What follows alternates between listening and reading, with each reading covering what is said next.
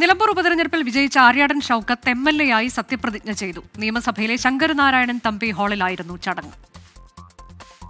ആര്യാടൻ ഷൗക്കത്ത് എന്ന ഞാൻ നിയമസഭയിലെ ഒരു അംഗമായി തിരഞ്ഞെടുക്കപ്പെട്ടിരുന്നാൽ നിയമം വഴി സ്ഥാപിതമായ ഭാരതത്തിൻ്റെ ഭരണഘടനയോട് ഞാൻ നിർവ്യാജമായ വിശ്വസ്തതയും കൂറും പുലർത്തുമെന്നും ഞാൻ ഭാരതത്തിൻ്റെ പരമാധികാരവും അഖണ്ഡതയും നിലനിർത്തുമെന്നും ഞാൻ ഏറ്റെടുക്കുവാൻ പോകുന്ന കർത്തവ്യം ഞാൻ വിശ്വസ്തയോടുകൂടി നിർവഹിക്കുമെന്നും ദൈവത്തിൻ്റെ നാമത്തിൽ പ്രതിജ്ഞ ചെയ്യുന്നു.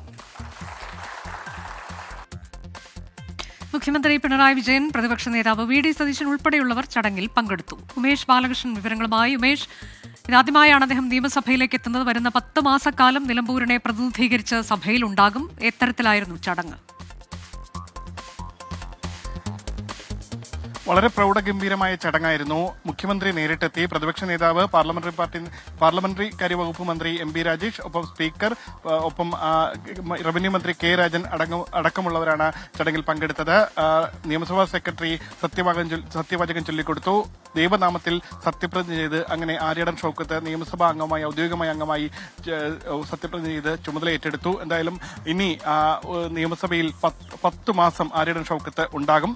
ഒപ്പം നിലമ്പൂർ നിയമസഭാ മണ്ഡലത്തെ പ്രതിനിധീകരിച്ച് ആര്യാടൻ ഷൗക്കത്ത് നിയമസഭയിൽ മണ്ഡലത്തിലും ഉണ്ടാകും. എന്തായാലും വളരെ പ്രൗഢമായ ചടങ്ങായിരുന്നു. കോൺഗ്രസ് പ്രവർത്തകരുടെ ഒരു വലിയ സദസ്സ് ഈ സത്യപ്രതിജ്ഞാ ചടങ്ങ് കാണാനുണ്ടായിരുന്നു. നിയമസഭയിലെ ശങ്കരനാരായണൻ തമ്പി ഹാളിലായിരുന്നു ചടങ്ങ് നടത്തിയിരുന്നത്.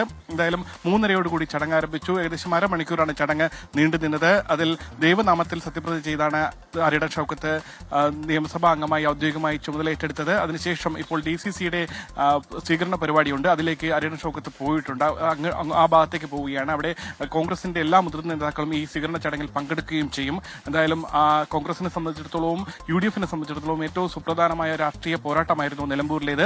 ആ നിലമ്പൂർ ഉജ്ജ്വല വിജയം നേടി അങ്ങനെ ആര്യാടൻ ഷൗക്കത്ത് തന്റെ കയ്യിൽ നിന്ന് വിട്ടുപോയ, തന്റെ ഒരു തവണ തോറ്റ അതേ മണ്ഡലത്തിൽ വീണ്ടും അപ്രതീക്ഷിതമായി കിട്ടിയ ആ അവസരം നേടിയെടുത്ത് നിയമസഭാ അംഗമായി സത്യപ്രതിജ്ഞ ചെയ്ത് ചുമതല ഏറ്റെടുത്തിരിക്കുന്നു. ആര്യാടൻ ഷൗക്കത്ത് MLA ആയി സത്യപ്രതിജ്ഞ ചെയ്തു.